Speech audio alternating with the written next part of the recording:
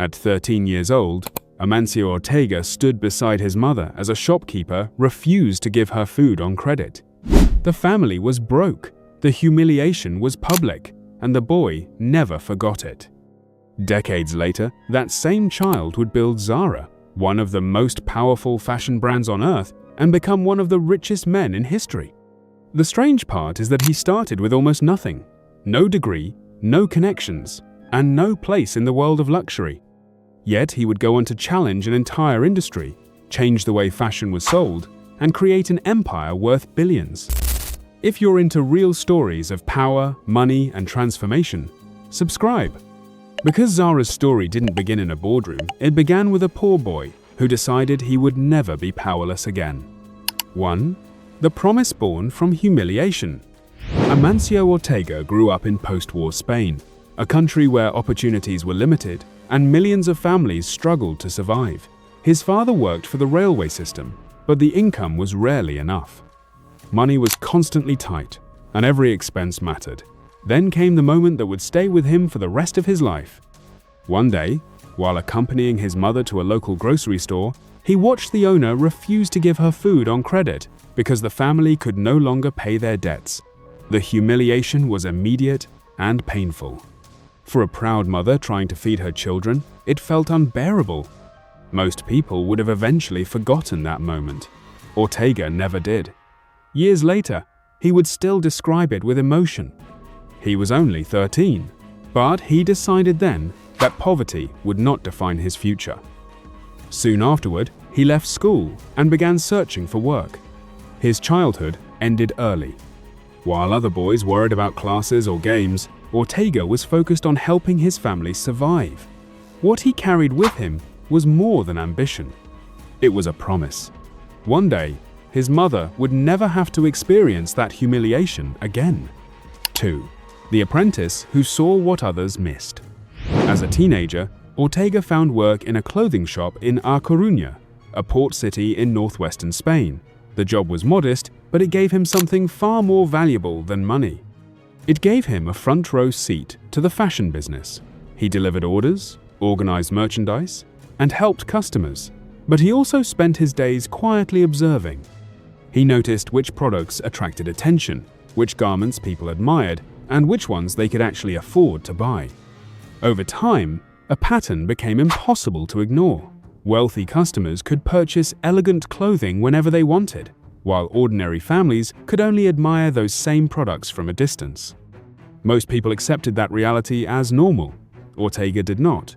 He began asking a simple but powerful question: why should style be reserved for the rich? That idea became an obsession.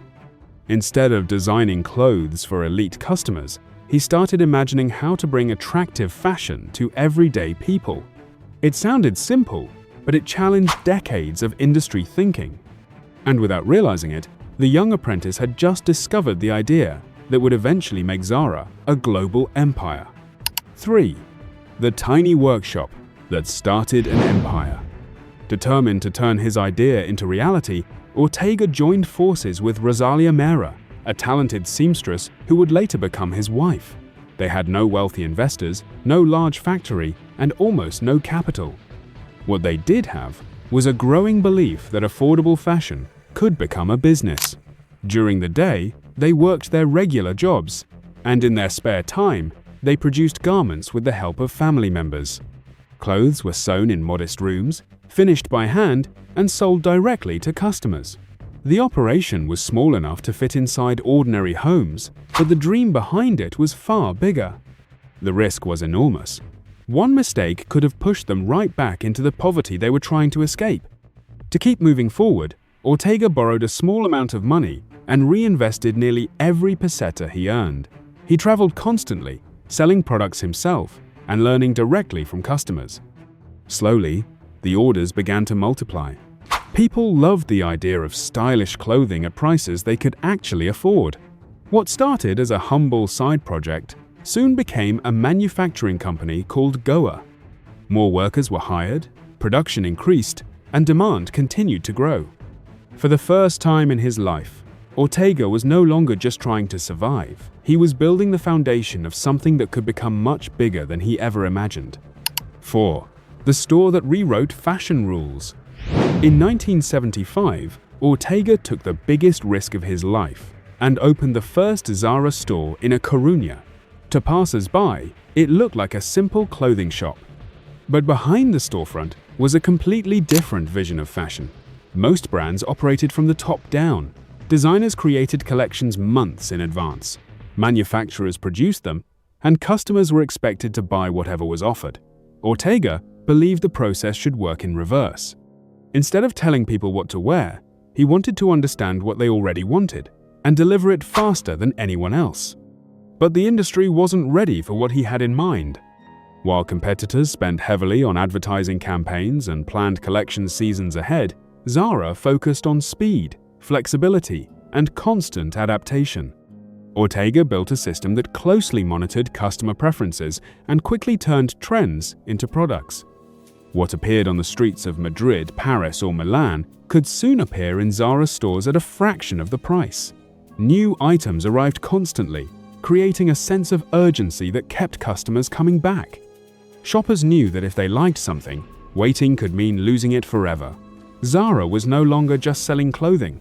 It was selling novelty, speed, and the feeling of always discovering something new.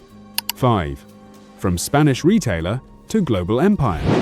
As Zara expanded across Spain and then internationally, Ortega refined a system that competitors struggled to understand. The company invested heavily in logistics, technology, and supply chains long before many rivals recognized their importance. Designers constantly gathered information from stores, allowing Zara to react to consumer demand at extraordinary speed. The results were staggering. Thousands of stores appeared across continents. Zara became the crown jewel of Inditex, which grew into one of the largest fashion groups in the world. Meanwhile, the shy boy who once feared poverty became one of the wealthiest people alive. Yet despite the fortune, Ortega remained famously private, rarely giving interviews and avoiding the spotlight. The empire became globally recognized while its creator remained a mystery. What makes this story remarkable is not simply the wealth or the size of the company, it is the idea that transformed everything. Amancio Ortega realized that fashion did not have to flow from designers down to customers. It could flow from customers back to designers. That shift changed how millions of people shop and how countless businesses operate today. The contrast is almost impossible to ignore. A boy who once watched his mother struggle to buy food went on to build a company that reshaped a global industry. His journey was not driven by privilege, connections, or inheritance. It was driven by observation, persistence, and an obsession with solving a problem others ignored. Do you think Zara's speed was the secret behind its success? And could a company like Zara be built the same way in today's world? Subscribe for more stories like this, and I'll see you in the next one.